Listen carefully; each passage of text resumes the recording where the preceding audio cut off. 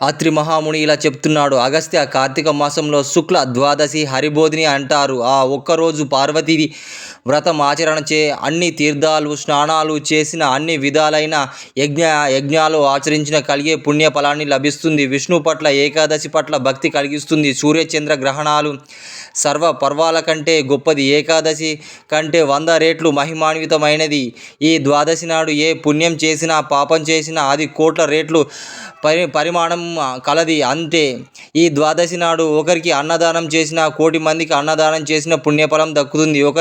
ఒకవేళ ఏ రోజైనా ద్వాదశి గడియల్లో తక్కువ ఉన్న పక్షంలో అది ఆ స్వల్ప సమయమైనా సరే పారాయణకు ఉపయోగించి ద్వాదశి దాటిన తర్వాత పారాయణ పనికిరాదు. కానీ ద్వాదశి పారాయణ మాత్రము విసర్జించకూడదు. ఏ ఏకాదశి తిథి నాడైనా ఉపవాసం ఉండి మరునాడు ద్వాదశి తిథి నాడు దాటక ముందే పారాయణ చెయ్యాలి. తద్వారా కలిగే శ్రేయస్సు చెప్పలేనిది.